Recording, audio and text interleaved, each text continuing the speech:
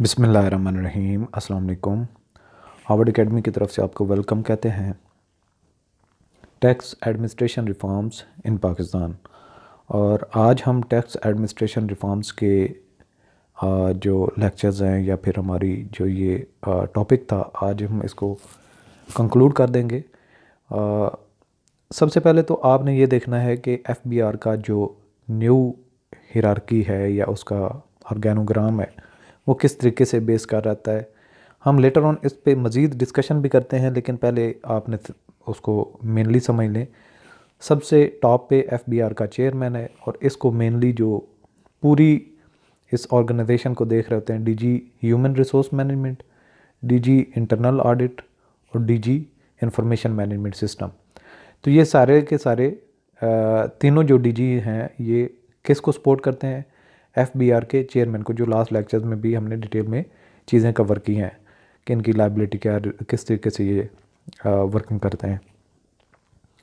अब यहाँ पे चेयरमैन के नीचे जो मेंबर्स की हमने तादाद की बात की थी वो सपोर्ट मेंबर्स हैं, फंक्शनल मेंबर्स हैं, ऑपरेशनल मेंबर्स हैं, पॉलिसी मेंबर्स हैं। और इनके क्या क्या फंक्शन है उनको भी लेटर ऑन हम डिस्कस अगेन करेंगे जब हम थ्योरी इसकी ज़रा कवर कर लेंगे। और साथ में आप देखें कि ऑपरेशनल जो मेंबर है उसका ज़्यादा काम है। जिस तरीके से वो कस्टम, डोमेस्टिक, नॉर्थ और साउथ को देख रहे होते हैं, उनकी मज़ीद क्या लाइबिलिटी होती है। जितने भी आरटीओज़ एलटीयूज़ होते हैं वो अपने अपने एरियाज़ को, यानी कि अगर आरटीओ जो डीजी आरटीओ या फिर एलटीयू साउथ है, नॉर्थ है, वो उसकी रीजन में आता है तो वो ऑपरेशनल मेंबर्स को रिपोर्ट करेगा। इसी तरीके से चीफ कलेक्टर जो हैं कस्टम के नॉर्थ और साउथ के, वो भी रिपोर्ट करेंगे ऑपरेशनल मेंबर को। अब यहाँ पे मज़ीद आ जाता है कि जितने भी लार्ज टैक्स पेयर यूनिट्स हैं या फिर रीजनल टैक्स ऑफिसेज हैं, उनको मज़ीद लीगल जो तीन उसके फंक्शनिंग होती है, यानी कि एक तो वो इन्फोर्समेंट होती है उनकी, जितना उन्होंने अपने एरिया से टैक्स कलेक्ट करना होता है वो कानूनी चाराजोई करते हैं, और दूसरों को, टैक्स पेयर को जितना भी पॉसिबल ऑप्शन हैं, स्टेप्स हैं, उनको जो है वो फोर्स किया जाता है कि वो टैक्स पे करें। और लेटर ऑन जितने भी टैक्स पेयर एक आरटीओ और एलटीयू के नीचे होंगे, उनका audit time to time conduct करना। और अगर कोई फिर भी इस तरीके से अपने जो रूल्स हैं, रेगुलेशंस हैं, या फिर जो तरीक़ाकार है टैक्स पे करने का, जो थ्रेशोल्ड डिफ़ाइन किया गया है मुख्तलिफ टैक्सेशन की मद में, यानी कि वो अगर आपका सेल्स टैक्स है, इनकम टैक्स है या फिर कस्टम है, उसके मुताबिक अगर वो टैक्स पे नहीं करते तो उनके ख़िलाफ़ लीगल एक्शन करना। अगर वो फ्रॉडुलेंट एक्टिविटीज़ में है या फिर वो इन टाइम टैक्स पे नहीं करते, टैक्स इवेड करते हैं, तो उनके ख़िलाफ़ लीगल एक्शन करना। और ये सारे के सारे लार्ज टैक्स पेयर यूनिट्स के एरिया में जितने भी होंगे, और ये मेंबर ऑपरेशन को रिपोर्ट करेंगे अपने सारे मामला। तो मेंबर ऑपरेशन जो है उसकी लाइबिलिटी या रिस्पॉन्सिबिलिटीज़ सबसे ज़्यादा यहाँ पे हो जाती है, क्योंकि सारी हिरार्की इसके नीचे इसको रिपोर्टिंग कर रही होती है। अब यहाँ पे हम पहले थ्योरी कवर कर लेते हैं, फिर लेटर ऑन आपको दोबारा इस पर भी लेके आते हैं।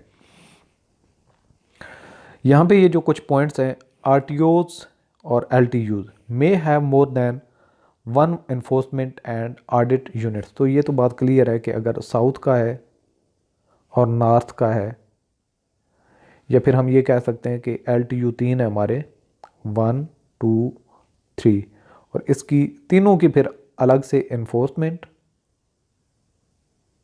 ऑडिट और लीगल ये ब्रांचेज हो सकते हैं। सेम इसी तरीके से ये तीनों डिपार्टमेंट्स इस एलटीयू दूसरे नंबर पे जो है, तीसरे नंबर पे जो है, इनकी अपनी अपनी हो सकती है। तो ये बात यहाँ पे क्लियर होती है। सेकंड नंबर पे आरटीओज एलटीयू में have separate units of human resource management. इसके अलावा budgets and asset management and जो टैक्स पेयर क्या है उनकी फैसिलिटेशन और एजुकेशन के पर्पज़ के लिए। तो यानी कि इनका भी ये भी मैकेनिज़्म अलग अलग से एलटीयू वाइज, आरटीओ वाइज मैनेज किया जा सकता है, यानी कि उनकी एचआरएम को मैनेज करना। सबसे टॉप पे तो डीजी होगा, लेकिन उसको नीचे एडमिनिस्ट्रेशन दी जा सकती है based on the working environment, और उनकी मैन पावर कितनी है तो उनको इकॉनमी दी जा सकती है। थर्ड नंबर पे है member budget and asset management will be titled as member finance and administration, कि जो member budget and member asset management जो है उसको मेंबर फाइनेंस और एडमिनिस्ट्रेशन का टाइटल दिया जाएगा। अब यहाँ पे जो जितने मेंबर्स हैं उनके फंक्शंस क्या हैं, रिस्पॉन्सिबिलिटीज़ क्या है। सपोर्ट मेंबर जो है, जो सपोर्टिंग का रोल अदा करेंगे, उसमें स्ट्रेटेजिक प्लानिंग है। स्ट्रेटेजिक प्लानिंग का मतलब क्या होता है कि अब अगर फ़र्ज़ किया टैक्स पेयर की बेस जो है वो 2 लाख है और गवर्नमेंट चाहती है कि वो हम 12 लाख तक लेके जाए, तो उनको किस तरीके से लेके जा सकते हैं, ये प्लानिंग करना और रिसर्च करना कि जो टैक्स पेयर्स हैं वो टैक्स पे क्यों नहीं कर रहे, वेट क्यों कर रहे हैं, किस वजह से, और स्टैटिस्टिकली डाटा प्रोवाइड करना कि हमारा ग्राफ टैक्स कलेक्शन में नीचे जा रहा है तो वजूहात क्या हैं, ऊपर जा रहा है तो उसको मज़ीद कैसे बेहतर किया जा सकता है। ये सारे के सारा इनकी ये ज़िम्मेदारियाँ होती हैं, प्लान करना और जो प्रॉब्लम्स हैं उनको रिसर्च करना, स्टैटिस्टिकली चीज़ों को इवेलुएट करना। लीगल ब्रांच का काम ये होता है जो टैक्स इवेडर्स हैं या जो टैक्स पे नहीं करते या टैक्स डिफ़ॉल्टर हैं उनके खिलाफ एक्शन लेना, या जो अपने आप को रजिस्टर नहीं करते उनके खिलाफ एक्शन लेना। इसके अलावा फाइनेंस एंड एडमिनिस्ट्रेशन का मामला क्या होता है? फाइनेंस का मतलब ये कि एक ऑर्गेनाइजेशन, एक तो ये पैसा कलेक्ट करते हैं, वो तो गवर्नमेंट के ख़जाने में जितना आएगा वो चला जाएगा, उसमें तो कोई ये पैसा यूज़ नहीं किया जा सकता टैक्स डिपार्टमेंट की तरफ से कि हमने इतना कलेक्ट किया, इसमें इतना हमने रख लिया, वो डायरेक्टली गवर्नमेंट के ख़जाने में जाना है, उससे इसका कोई लेन देन नहीं है। अब जो इनकी अपनी रिक्वायरमेंट है, एक लार्ज टैक्स पेयर यूनिट का ही हिसाब किताब ले लें, उसकी मैन पावर कितनी है, उसकी तनख्वाहें, उनके डेली के खर्चे, उनकी प्रोक्योरमेंट, उनके मेंटेनेंस और जितनी भी एक ऑर्गेनाइजेशन को रन करने के लिए पैसे की ज़रूरत होती है, और उसको फाइनेंस डिपार्टमेंट देख रही होती है, और एडमिनिस्ट्रेशन मैन पावर को स्मूथ करना है, उनकी हायरिंग, रिक्रूटमेंट, प्रमोशन और ये सारे मामलात को देखना। तो ये सपोर्ट मेंबर्स का हमने 3 एरिया में देखा कि उनका प्लान करना, रिसर्च और स्टैटिस्टिक्स, डाटा प्रोवाइड करना, और इसके अलावा लीगल ब्रांच जो है वो भी सपोर्ट मेंबर के नीचे काम करेगी, इसके अलावा फाइनेंस और एडमिनिस्ट्रेशन इसके नीचे काम करेगी। इनके बाद आ जाते हैं फंक्शनल मेंबर्स। तो फंक्शनल, जैसा कि नाम से ही ज़ाहिर है कि इसको फंक्शन करने के लिए, बेहतरीन फंक्शन करने के लिए ये मेंबर कैसे अपनी सपोर्ट कर सकता है। सबसे पहले तो ये है कि facilitation and tax payer education, कि जितने भी टैक्स पेयर्स रजिस्टर्ड हैं उनको फैसिलिटेट किया जाए, सहूलत दी जाए ताकि वो टैक्स पे करें, और उनकी एजुकेशन के, उनको अवेयरनेस होनी चाहिए कि टैक्स पे करने की डेट क्या है, टैक्स का रेट क्या है, और उनकी रिटर्न किस तरीके से उन्होंने कैलकुलेट करना है, और उसके ऊपर टैक्स की अपनी लाइबिलिटी फिक्स होने के बाद पे कैसे करना है। ये सारे का सारा उनको अवेयरनेस प्रोवाइड करना फंक्शनल मेंबर की जिम्मेदारी।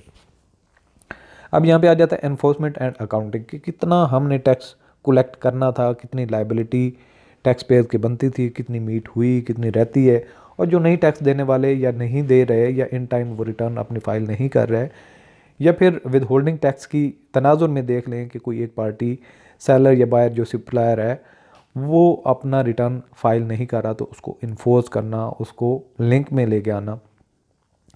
इसके अलावा टैक्स पेयर जितने भी हैं उनका time to time rotation based पे, जो अब तो एक बैलेटिंग होती है जिससे टैक्स पेयर्स की एक सिलेक्शन होती है, रैंडमली होती है, किसी में कोई उसका कोई प्लान डाटा नहीं होता, तो उनका ऑडिट करना। इससे क्या है कि टैक्स पेयर को एक फियर रहता है कि अगर हम टैक्स इवेट करेंगे, कल ऑडिट में आ जाएंगे तो डेफिनेटली हमें पेनल्टी होंगे। तो अगर हम फंक्शनल मेंबर्स की समरी देखें तो टैक्स पेयर को अवेयरनेस देना, उनको एजुकेशन देना, जो टैक्स देने वाले हैं उनकी अकाउंटिंग करना, जितना बनता था कि हमने इतना रिटर्न या फिर इतना टैक्स कलेक्ट हमारे इस साल में होना चाहिए था, नहीं हो पा रहा, तो उसको जो टैक्स एवेडर्स हैं उनको एनफोर्स करना। इसके अलावा टैक्स पेयर जो हैं उनका ऑडिट करना, ये फंक्शनल मेंबर्स की जिम्मेदारियां हैं। अब आ जाता है इसके बाद ऑपरेशनल मेंबर्स।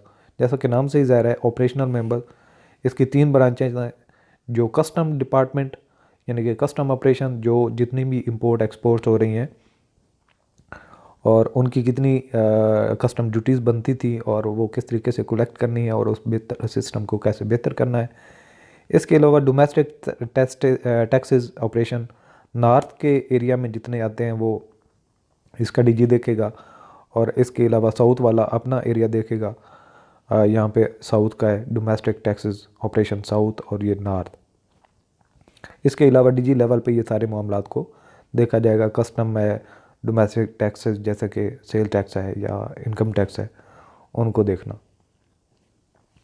इसके बाद आ जाते हैं पॉलिसी मेंबर्स, कि हमने पॉलिसी क्या कैसे बनानी है, रूल्स क्या बनाने हैं, प्रोसीजर्स क्या अडॉप्ट करने हैं, वो डायरेक्ट टैक्सेस के मुतालिक हो सकते हैं, इनडायरेक्ट टैक्सेस के मुतालिक हो सकते हैं। इनडायरेक्ट टैक्सेस कौन कौन से होते हैं? सेल टैक्स है, एक्साइज है, और वैट है, वैल्यू एडेड टैक्सेस है, कस्टम है, जो कि जितने इंपोर्ट और एक्सपोर्ट के ऊपर ड्यूटीज़ होती हैं। और डायरेक्ट टैक्सेस वो हैं, इनकम टैक्स में जितनी भी चीज़ें आती हैं वो डायरेक्ट टैक्सेस हैं। और ये इनके मुतालिक पॉलिसीज़ बनाना पॉलिसी मेंबर की ज़िम्मेदारी है। और उसमें कहीं फ्लाज आते हैं, कोई ड्यूरिंग टैक्स कलेक्शन कोई ऐसी लॉ के अंदर कोई कन्फ्लिक्ट आता है, तो दोनों पार्टीज़ को सुनने के बाद अगर कोई कोर्ट ने कोई आर्डर दिया तो उसको इंसर्ट करना, ताकि पॉलिसी स्ट्रीमलाइन रखी जा सके। तो इस तरीके से आपने, अगर मज़ीद आप दोबारा जाएं इसी पे अपने ये जो हमारा ऑर्गेनोग्राम था, तो अब आपको चीज़ें और भी ज़्यादा बेहतर तरीके से समझ आ जाएंगी। स्पेशली आपने फोकस करना है सपोर्ट मेंबर, इसकी क्या क्या जिम्मेदारियाँ हैं, फंक्शनल मेंबर इसकी क्या क्या जिम्मेदारियाँ हैं, ऑपरेशनल मेंबर इसकी क्या जिम्मेदारियाँ, और पॉलिसी मेंबर की क्या जिम्मेदारियाँ हैं। तो आप इसको थ्योरी को भी पढ़ सकते हैं। तो ये चीज़ें जब आपको एक दिन नशीन हो जाएंगी तो आपको अच्छे तरीके से पता होगा कि स्पोर्ट मेंबर्स के फंक्शन क्या है और उसके एरियाज़ कौन कौन से हैं। तो ये याद रखने वाली बात है, ये चारों आपने लाजमी तौर पर इनको ज़हन नशीन करना है। All the best, Allah.